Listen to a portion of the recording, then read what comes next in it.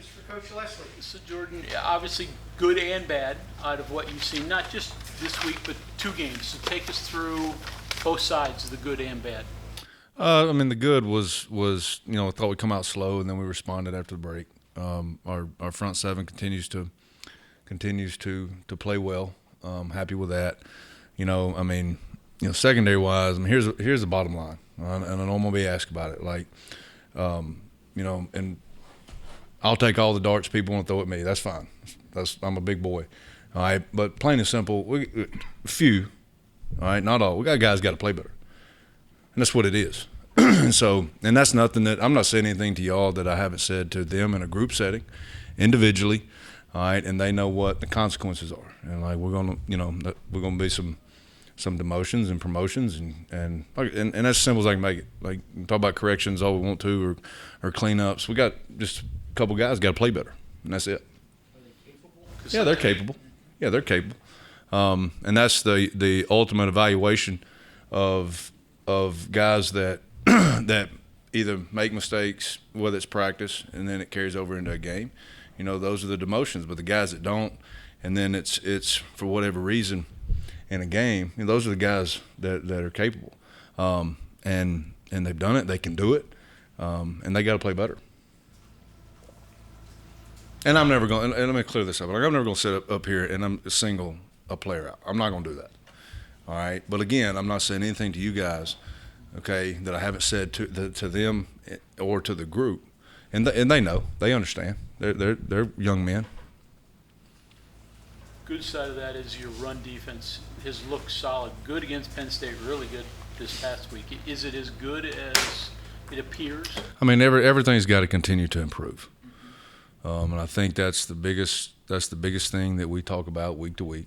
We got to continue to improve. There's some technical things that in those same areas you get away with Saturday that you're not going to get away with in the future. They got to be cleaned up, and that comes as the season goes. When guys, that's why you practice. And so, that continues. We'll have a chance, though. What are the unique things that Pitt's going to present that you haven't seen in week 1 or week 2? It's really the style of quarterback. We haven't really seen. I thought the kid from Duquesne ran around pretty well on some scramble stuff, but a different style, bigger. He's probably bigger than the Penn State quarterback. Can run around. Offensive line is different schematically, how they block things, how they block fronts than what the previous 2 that we've seen. So we've got to practice those things. And so, I think in receiver they're talented. The running back, they've got a little bit of both. They've got a speed guy and they've got a bigger guy. So they got a combination of the guys that we see at practice and we've seen in the game thus far. So tight ends. Again, you're playing 2 and 3 there. They played probably more in the first game than they have. So you got a plethora of tight ends there. One is a really good athlete, was a really highly recruited kid coming out of high school, and the other 2 have played a lot of ball. So it's unique in its challenges, and again, we'll be ready for it. Means is a guy that they've talked about. You've got elite athleticism, big time player. Hasn't really produced through the first 2 weeks the way they expect him to. What does he bring to the table, and what are the challenges of defending him? He's fast. Runs good routes. Attacks the ball in the air. He's a good receiver. He does the things that a good receiver that good receivers do. Are you now kind of maybe going to see almost a test to what we talked about a lot all off season of having maybe more leadership this year in the secondary than last year, where it was really just one guy, or Beanie Bishop, Byron Brooks, like those guys, really test their leadership? And it does. It's got to, but it's the whole group. The how I feel, I know we're going to be fine. I don't know if anybody paid attention, but right there toward the middle of the first quarter, the defensive line and linebackers walked right down there to them. So you can say, hey, the secondary leadership. No, it's everybody. I'm saying that the whole group. And I didn't say a word. They walked down there and handled it amongst the players. And whether that's a sign of being great or being better, I don't know, but I haven't seen any group before this group do that. Yes, and so that's a different vibe on the sideline. and I didn't have to. And no coach had to do it. And I said this maybe 2 weeks ago or last week. Like if I have to do it, or Shadon or Dante or Jeff that have to lead, it's hard. It makes it hard. So I think maybe we're turning that corner. You talked very highly of Mike Lockhart in the offseason. Any surprise how well he's playing the first 3 games? No, just validates what we've talked about, what we saw on film when we recruited him out of the portal. The big thing for him, he was our defensive player of the week, and it had nothing to do with stats. For the second week in a row, Mike made a tackle probably 30 yards downfield on a screen ball, on a missed tackle. That from a D lineman, when you see D lineman doing that, then they understand how they need to play, play football at this level, and then how they need to play that position.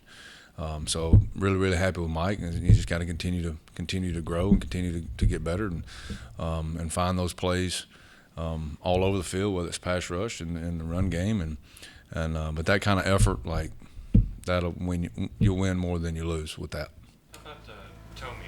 He's flashed a little bit in a little bit of time. Yeah, I've said this about Tommy again going into the season.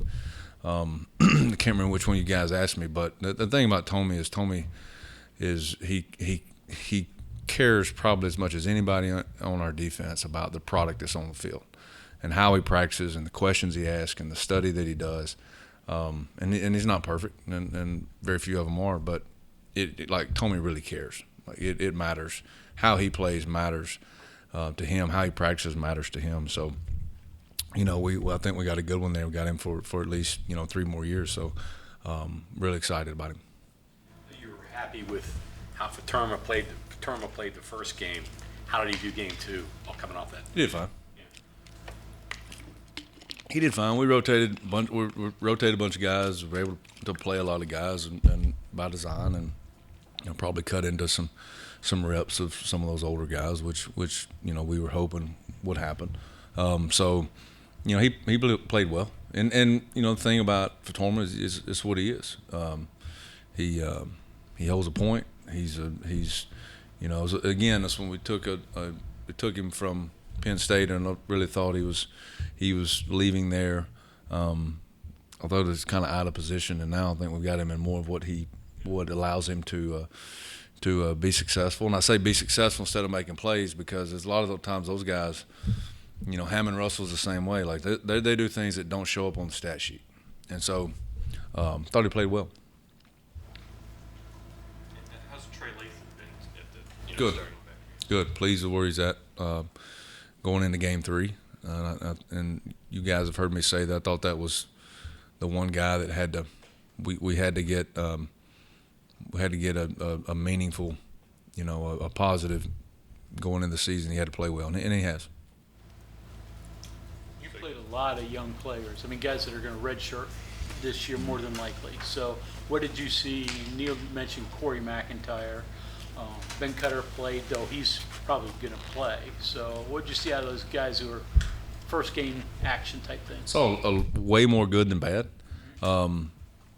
There's some freshman mistakes in there. The last touchdown, and was on Ben, and he'll. That's a tough route on a will linebacker in that coverage, and he plays it at practice. But he's a freshman. I'm not gonna, never gonna. That's not even a negative to me. I don't. There's a learning curve for guys like that, and he's. Probably had to play more sometimes than he's ready for. But the thing about Ben is you'll never know it because of how hard he plays and how physical he plays. And Corey McIntyre is exactly in this D-line class what we needed at that position. He's athletic, he's quick twitch, he's powerful.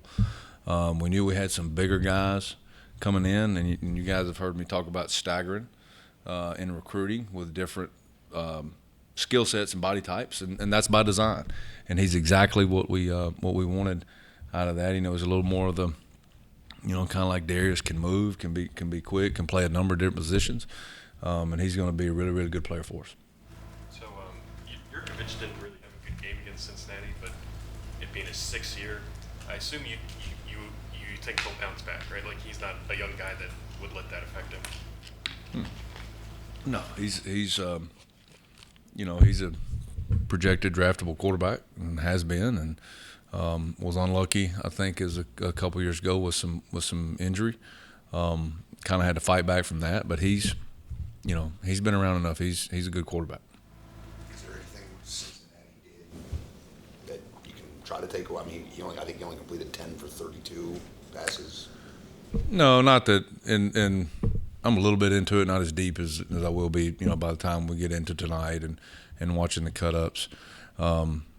The thing, and it goes, the only thing that really sticks out to me, we always coached against Coach Satterfield when he was at App State, and these guys always play hard, offense and defense. So that's one thing that stuck out just early looking at the film is how hard Cincinnati played.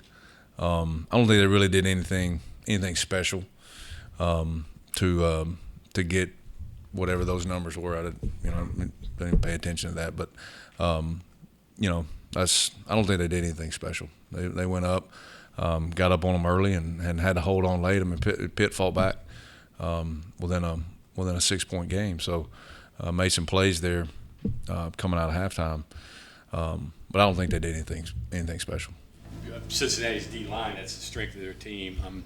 How do you get more pressure without bringing extra guys? Is that something you guys are talking about, ways to do that, or is that something that just beat one-on-one? If we can rush through and get pressure, I'm all for that. Yeah. There may be places to throw the ball, but that's it's always a chess match and protection and how and when that you do. You go back to Penn State. You had two of the big plays. One of the touchdowns were two-man routes in a set that in every single game has featured two of the top running backs in the country, blowing the game open on the play off of that action. It's and that's kudos to them. It's a good offense. They have the ability to do that.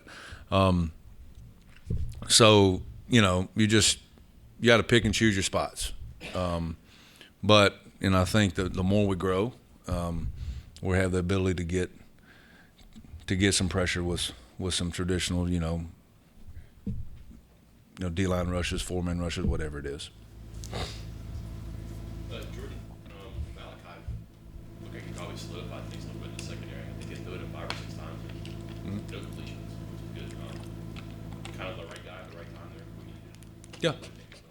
Yeah. And going into the season has, the depth chart coming out of fall camp is always based on that performance, and Malachi hadn't done anything wrong, or just up to that point. A couple guys have been better, but at the end of the day, what matters more than anything is how you play. So he come in, did a really nice job, and will be the guy we look to moving forward. Players play different in a rivalry game with a big atmosphere. Do you notice things different? Or? Yeah. I mean, it's honestly, you hope so. I hope they do. I thought that was, just looking at how we played last year, and some things didn't go away, but we played better than we did in quite a few games, just overall. But yeah, I think they do. I think especially this one. Our kids know what it is. There's no secret. They understand what this week and how they need to handle things, and so we'll be there. Who was Troy's rival? Biggest rival? Yeah, it used to be UAB. Mm-hmm. Used to be UAB.